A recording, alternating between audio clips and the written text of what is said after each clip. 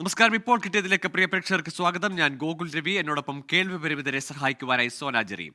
വിശദമായ റിപ്പോർട്ടുകളിലേക്ക് കടക്കുന്നു. പൗരത്വ ഭേദഗതിക്കെതിരെ നിയമ നടപടികളിലേക്ക് കടക്കാൻ മന്ത്രിസഭാ യോഗത്തിൽ തീരുമാനം. തുടർ നടപടിക്കായി അഡ്വക്കേറ്റ് ജനറലിനെ ചുമതലപ്പെടുത്തി. VA ഗിരീഷ് ചേരുന്നുണ്ട് തിരുവനന്തപുരത്ത് നിന്ന് വിശദാംശങ്ങളുമായി. ഗിരീഷ്, മുൻപത്തെ ഒരു ഹർജിയുണ്ട്, അത് പരാമർശിക്കണോ അതല്ല പുതിയ ഹർജി നൽകണോ എന്നതിൽ ഒരു ചെറിയ ആശയക്കുഴപ്പമുണ്ടായിരുന്നു സർക്കാരിന്. അക്കാര്യത്തിലൊക്കെ ഒരു കൃത്യത അല്ലെങ്കിൽ കൃത്യമായ ഉപദേശം ലഭിച്ചു കഴിഞ്ഞോ? ഗൂഗിൾ ഇക്കാര്യത്തിൽ പൗരത്വ നിയമ ഭേദഗതിയുമായി ബന്ധപ്പെട്ട് തുടർ നിയമ നടപടികൾ സ്വീകരിക്കാൻ കഴിഞ്ഞ ദിവസം സർക്കാർ ആലോചന തുടങ്ങിയിരുന്നു. ഇതുമായി ബന്ധപ്പെട്ട നിയമപരമായ പരിശോധന സർക്കാർ ആരംഭിക്കുകയും ചെയ്തു. ഇന്ന് ചേർന്ന മന്ത്രിസഭാ യോഗമാണ് ഇക്കാര്യത്തിൽ വീണ്ടും സുപ്രീം കോടതിയെ സമീപിക്കാൻ ഇപ്പോൾ തീരുമാനിച്ചിരിക്കുന്നത്.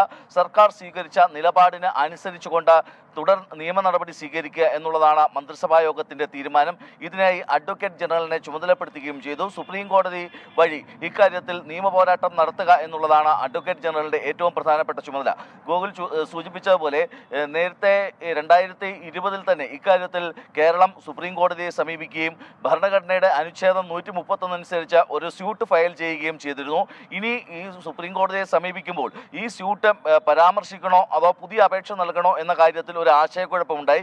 ഇക്കാര്യത്തിൽ അഡ്വക്കേറ്റ് ജനറൽ തന്നെ നിയമവശങ്ങൾ പരിശോധിച്ചുകൊണ്ട് തീരുമാനമെടുക്കട്ടെ എന്നുള്ളതാണ് സർക്കാർ ഇന്ന് എത്തിച്ചേർന്നിരിക്കുന്ന നിലപാട്. ഏതായാലും പൗരത്വ നിയമ ഭേദഗതി സംസ്ഥാനത്ത് നടപ്പാക്കേണ്ട എന്നും മന്ത്രിസഭാ യോഗം തീരുമാനിച്ചിരിക്കുന്നു. നേരത്തെ തന്നെ സർക്കാർ ഇക്കാര്യത്തിൽ ചില നിലപാടുകളിലേക്ക് എത്തിയിരുന്നു. ഈ പൗരത്വ നിയമ ഭേദഗതി സംസ്ഥാനത്ത് നടപ്പാക്കിയാൽ അത് വിവേചനത്തിന് ഇടയാക്കും, അതോടൊപ്പം തന്നെ ഭരണഘടനയുടെ ലംഘനമാണ് തുടങ്ങിയ കാര്യങ്ങൾ ചൂണ്ടിക്കാണിച്ചാണ് സർക്കാർ ഈ പൗരത്വ നിയമ ഭേദഗതി നടപ്പാക്കില്ല എന്ന നിലപാടിലേക്ക് എത്തിയത്. മാത്രമല്ല സുപ്രീം കോടതിയെ സമീപിക്കാൻ സർക്കാർ തീരുമാനിച്ചതും ഇതേ കാരണങ്ങൾ കൊണ്ട് തന്നെയാണ്. ഈ കാരണങ്ങൾ മുൻനിർത്തിക്കൊണ്ട് വീണ്ടും നിയമപോരാട്ടം നടത്തുന്നതിന് സർക്കാർ തീരുമാനിച്ചിരിക്കുന്നു എന്നുള്ളതാണ് ഇതിൽ ഏറ്റവും പ്രധാനം. രാഷ്ട്രീയമായ പ്രതിരോധം ഒരു വശത്ത് തീർക്കുമ്പോഴും സർക്കാർ എന്നുള്ള നിലയിൽ, സംസ്ഥാന സർക്കാർ എന്നുള്ള നിലയിൽ നിയമപരമായ പോരാട്ടത്തിലേക്ക് കടന്നുകൊണ്ട് കേന്ദ്രത്തെ എതിർക്കുക എന്നുള്ളത് തന്നെയാണ് സർക്കാർ ഇപ്പോൾ ലക്ഷ്യമിടുന്നത്. ഗോകുൽ. ശരി, VA ഗിരീഷാണ് വിശദാംശങ്ങൾ നൽകിയത്. പൗരത്വ നിയമ ഭേദഗതിക്കെതിരെ അടിയന്തര നിയമ നടപടികളിലേക്ക് കടക്കുകയാണ് സംസ്ഥാന സർക്കാർ.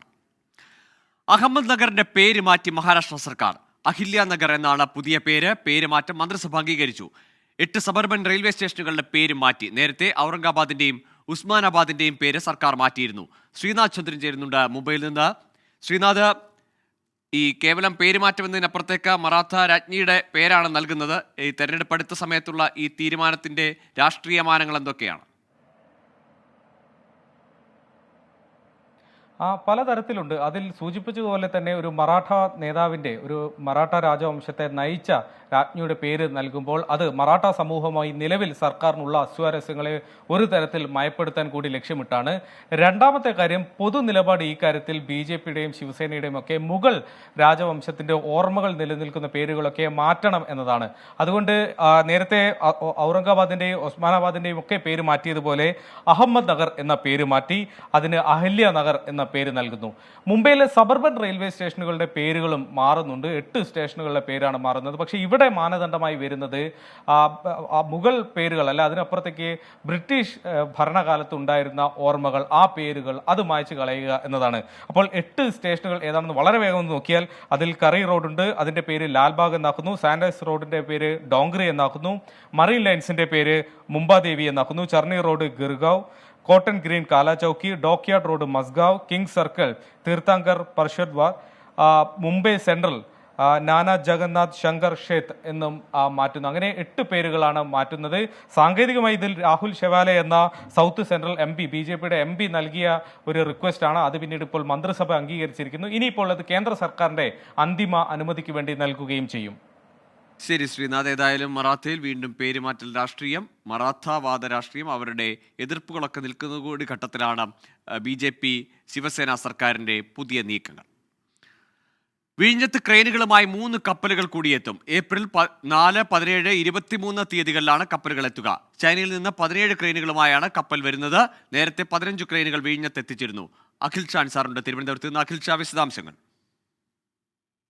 ഗോകുൽ, ഈ വിഴിഞ്ഞത്ത് ട്രെയിനുകൾ എത്തുന്നതിന്റെ രണ്ടാം ഘട്ടമാണ് ഇപ്പോൾ നിലവിൽ ഈ തുറമുഖവുമായി ബന്ധപ്പെട്ടുള്ള അധികൃതർ അത് ആലോചിക്കുന്നത്. അതിന്റെ ഭാഗമായിട്ടാണ് ഇപ്പോൾ അടുത്ത മാസം 4-ാം തീയതിയും 17-ാം തീയതിയും 23-ാം തീയതിയും 17 കപ്പലുകൾ ഈ വിഴിഞ്ഞം തുറമുഖത്തെത്തും. 17 ക്രെയിനുകൾ വിഴിഞ്ഞം തുറമുഖത്തെത്തും. 3 കപ്പലുകളിലായാണ് ഈ ക്രെയിനുകൾ എത്തിക്കുന്നത്.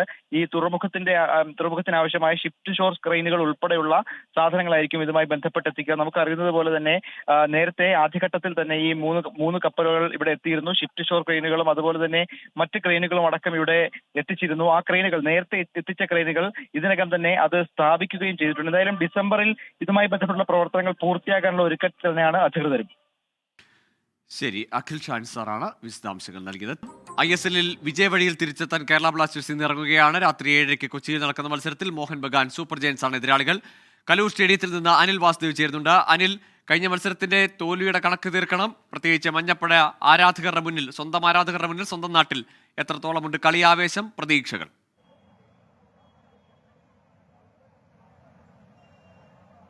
ഗൂഗിൾ തികഞ്ഞ പ്രതീക്ഷയിൽ തന്നെയാണ് കേരള ബ്ലാസ്റ്റേഴ്സ്. വീണ്ടും വിജയവഴിയിൽ തിരിച്ചെത്താനാണ് കേരള ബ്ലാസ്റ്റേഴ്സ് ഇറങ്ങുന്നത്. കഴിഞ്ഞ മത്സരത്തിൽ ബംഗളൂരുവിനോട് തോറ്റു, വീണ്ടും ജയിച്ച് പ്ലേ ഓഫ് പ്രതീക്ഷകൾ നിലനിർത്തണം, അങ്ങനെ വലിയ പ്രതീക്ഷയോടെയാണ് ഇറങ്ങുന്നത്. എതിരാളികൾ ചില്ലറക്കാരല്ല, ചിരവൈരികളായ മോഹൻ ബഗാൻ സൂപ്പർ ജയൻസ് ആണ്. ഈ സീസണിൽ ആദ്യം നടന്ന മത്സരത്തിൽ മോഹൻ ബഗാനെ തോൽപ്പിച്ചതിന്റെ ഒരു ആത്മവിശ്വാസമുണ്ട്. അവരുടെ മടയിൽ ചെന്ന് 1-0 തോൽപ്പിച്ചതിൽ തന്നെ ഇത്തവണ വലിയ പ്രതീക്ഷയിലാണ് ബ്ലാസ്റ്റേഴ്സ് ആരാധകരുണ്ട്. എന്താണ് പ്രതീക്ഷകൾ? ഇത്തവണ തിരിച്ചടിക്കാൻ പറ്റുമെന്നുണ്ട്, വീണ്ടും വിജയവഴിയിൽ തിരിച്ചെത്തുമെന്ന് പ്രതീക്ഷയുണ്ട്, നല്ല പ്രതീക്ഷയുണ്ട്. 2-0 ജയിക്കും, നല്ല പ്രതീക്ഷയുണ്ട്. മോഹൻ ബഗാൻ ചില്ലറക്കാരല്ല, എന്നിരുന്നാലും നമ്മൾ ജയിക്കും. കഴിഞ്ഞ നമ്മൾ അവരുടെ ഗ്രൗണ്ടിൽ പോയിട്ട് 1-0 ജയിച്ചു. അന്ന് ദിമിത്രിയോസ് ആണ് ഗോൾ അടിച്ചത്. അപ്പൊ ഇന്ന് വീണ്ടും അങ്ങനെ ഒരു തിരിച്ചുവരവ് നമ്മൾ നടത്തി, അതാണ് അന്ന് ജയിച്ചത്. നമുക്ക് എന്താ പ്രതീക്ഷ? ഇന്ന് നല്ല പ്രതീക്ഷയാണ്. കാരണം മോഹൻ ബഗാൻ സൂപ്പർ ജയൻസും ബ്ലാസ്റ്റേഴ്സും മൊത്തം നമുക്കറിയാം ഒരു ഇന്ത്യൻ എൽ ക്ലാസിക്കോ തന്നെയാണ്. കഴിഞ്ഞ മത്സരത്തിൽ പ്രതികാരമുണ്ട്. കഴിഞ്ഞ കൊല്ലം ഇതേ മൈതാനത്ത് കളിച്ചപ്പോൾ 5-2 പരാജയമാണ്. അപ്പോൾ അതിനൊരു മറുപടി നൽകണം ബ്ലാസ്റ്റേഴ്സ് ഈ സീസണ്. ഇന്നത്തെ മത്സരം പ്രതീക്ഷ നല്ല ടഫ് മാച്ച് തന്നെയാണ്. കാരണം അറിയാം, ഈ മൈതാനം 6 കൊല്ലം സ്വന്തം മൈതാനം. ഈ മൈതാനത്ത് ബ്ലാസ്റ്റേഴ്സിനെതിരെ ബ്ലാസ്റ്റേഴ്സിന്റെ പോസ്റ്റർ പോയി സഹൽ ഇന്ന് കളിക്കുകയാണ് മോഹൻ ബഗാന്റെ ജേഴ്സി. അതുപോലെ തന്നെ ബ്ലാസ്റ്റേഴ്സിന് വേണ്ടി പ്രീതം കോട്ടാൽ അദ്ദേഹത്തിന്റെ ടീമായ മോഹൻ ബഗാനെതിരെ കളിക്കുകയാണ് കൊച്ചി. ഇന്നത്തെ മത്സരം നല്ല ടഫ് മാച്ച് തന്നെയാണ്. കാരണം ഇത് റിവേഴ്സ് ഫിക്സിൽ ബ്ലാസ്റ്റേഴ്സ് ഒരു ഗോൾ ജയിച്ചായിരുന്നു. പക്ഷെ അന്ന് ദിമിട്രോസ് ഡയമണ്ടോക്കോസ് ആണ് ബ്ലാസ്റ്റേഴ്സിന്റെ വിജയ ഗോൾ നേടിയത്. പക്ഷെ അന്ന് ചെറിയ പരിക്കുകളും അതുപോലെ ഇഷ്യൂസ് ഉണ്ടായിരുന്നു. പക്ഷെ ഇന്നും ബ്ലാസ്റ്റേഴ്സിന് ഒരു ആശ്വാസം തന്നെയാണ്. കാരണം ഇന്നത്തെ മത്സരം വിജയിക്കുകയാണെങ്കിൽ പ്ലേ ഓഫിലേക്ക് ഉറപ്പിക്കാം. ഇന്ന് ചരിത്രം തന്നെയാണ്. കാരണം മോഹൻ ബഗാനെതിരെ ലീഗ് ഡബിൾ നേടുകയും അതുപോലെ ഇവാൻ മക്കൂനസ് വന്നതിന് ശേഷം തുടർച്ചയായി 3-ാം കൊല്ലം പ്ലേ ഓഫ് അതൊരു ഭാഗ്യം തന്നെയാണ് ബ്ലാസ്റ്റേഴ്സിന്. പ്രതീക്ഷയിലാണ് ആരാധകർ. കുറച്ച് ആരാധകരുടെ പ്രതികരണങ്ങളിലേക്ക് കൂടി പോകാമെന്ന് പ്രതീക്ഷിക്കുന്നത്. എന്താണ് ഇത്തവണത്തെ പ്രതീക്ഷ? നമ്മളെന്ത് അടിക്കുമോ? ഇന്ന് അടിക്കുമോ? കഴിഞ്ഞ മത്സരത്തിൽ നമ്മളൊരു വമ്പൻ ജയമാണ് ഇവിടെ കണ്ടത്. അപ്പൊ അന്നത്തെ പോലെ വീണ്ടും ഒരു ജയം കിട്ടുന്നതാണോ? നമ്മളെ ജയം പ്രതീക്ഷിച്ച തന്നെയാണ് ഇവിടേക്ക് വന്നത്. ജയം കാണാൻ തന്നെയാണ്. കഴിഞ്ഞ ദിവസം തോറ്റു, ഈ ബംഗളൂരുവിനോടൊക്കെ തോറ്റത് ഒരു ചെറിയ നിരാശയാവുന്നുണ്ട്. ഇപ്പൊ ഒരു സ്ഥിരതയില്ലാത്ത വന്നിട്ട് ആരും ജയിക്കാനുള്ള പ്രതീക്ഷയില്ല. നമ്മൾ സ്റ്റേഡിയത്തിൽ 5-0 നമ്മന്നാണ് ജയിക്കാൻ. 5-0 വലിയൊരു വിജയം തന്നെയാണ് പ്രതീക്ഷിക്കുന്നത്. ഒപ്പം തന്നെ കുറച്ച് ആരാധകരുടെ പ്രതികരണങ്ങളിലേക്ക് കൂടെ പോകാമെന്ന് പ്രതീക്ഷിക്കുന്നു.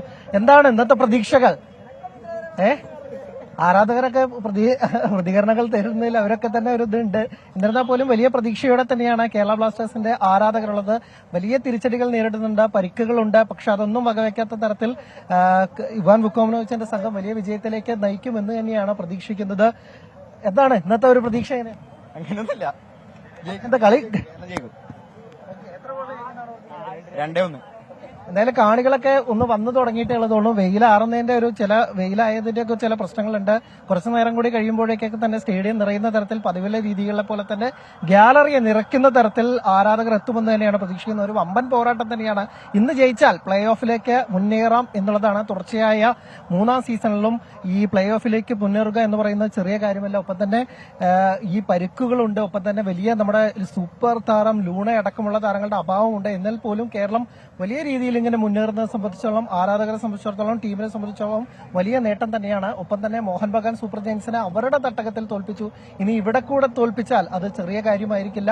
വരും മത്സരങ്ങളിലേക്ക് തന്നെ വലിയ രീതിയിൽ ഊർജ്ജം കിട്ടും എന്ന് തന്നെയാണ്. ഒപ്പം തന്നെ ഇന്ന് വലിയൊരു ഗോൾ ശരാശരിയിൽ ജയിച്ചാൽ 4ാം സ്ഥാനത്തേക്ക് മുന്നേറാം. മോഹൻ ബഗാൻ എത്തുന്നത് 1ാം സ്ഥാനം ലക്ഷ്യമിട്ടാണ്. അതുകൊണ്ട് തന്നെ അവരും ഒരു കടുകട്ടി പോരാട്ടമുണ്ട്. ഒരു ആരാധകൻ പറഞ്ഞതുപോലെ തന്നെ സഹൽ അബ്ദുൾ സമദ് സ്വന്തം തട്ടകത്തിലേക്ക് മടങ്ങി വരുന്നു എന്നുള്ള വലിയൊരു കൗതുക കാഴ്ച കൂടി നമുക്ക് കാണാൻ സാധിക്കും. അതായത് ബ്ലാസ്റ്റേഴ്സ് വളർത്തിയ ഒരു പോരാളി അവരുടെ മഞ്ഞപ്പടയ്ക്ക് മുന്നിൽ കളിക്കുന്നു മോഹൻ ബഗാന്റെ കുപ്പായത്തിൽ എന്നത് വലിയ കൗതുക കാഴ്ചയാണ്. മുമ്പ് ആഷിഖൊക്കെ ഇവിടെ വന്നപ്പോൾ മലയാളിയാണെന്ന തരത്തിൽ പോലും നോക്കാതെ കേരള ബ്ലാസ്റ്റേഴ്സിന്റെ ആരാധകർ അവരെ ചാൻഡ് ചെയ്യുന്നതൊക്കെ കണ്ടതാണ്. അപ്പോൾ സഹലിനോട് എന്തായിരിക്കും ഒരു സമീപനം എന്നുള്ളത് അറിയേണ്ടിയിരിക്കുന്നു. എന്തായാലും സഹലും ഈ സീസണിൽ ഒരു മികച്ച കളി തന്നെയാണ്. ഒരു ഗോളടക്കം സീസണിൽ ഗംഭീര പ്രകടനം തന്നെയായിരുന്നു.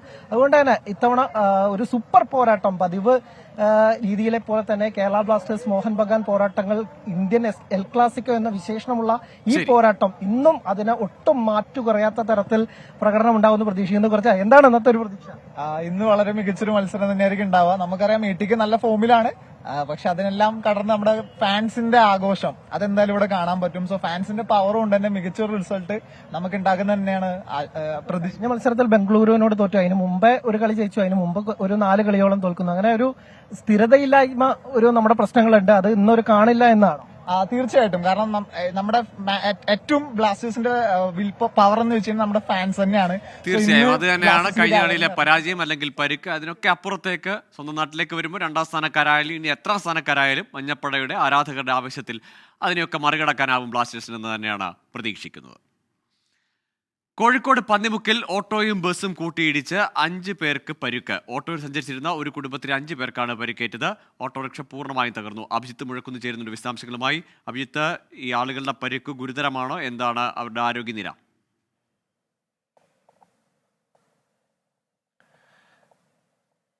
ഗോകുൽ, ഇന്ന് വൈകിട്ട് 3:30 ഈ അപകടമുണ്ടായത്. വടകരയിൽ നിന്ന് പേരാമ്പ്രയിലേക്ക് വരികയായിരുന്ന സ്വകാര്യ ബസ്സും ഓട്ടോറിക്ഷയും പന്നിമുക്കിൽ വെച്ച് കൂട്ടിയിടിക്കുകയായിരുന്നു.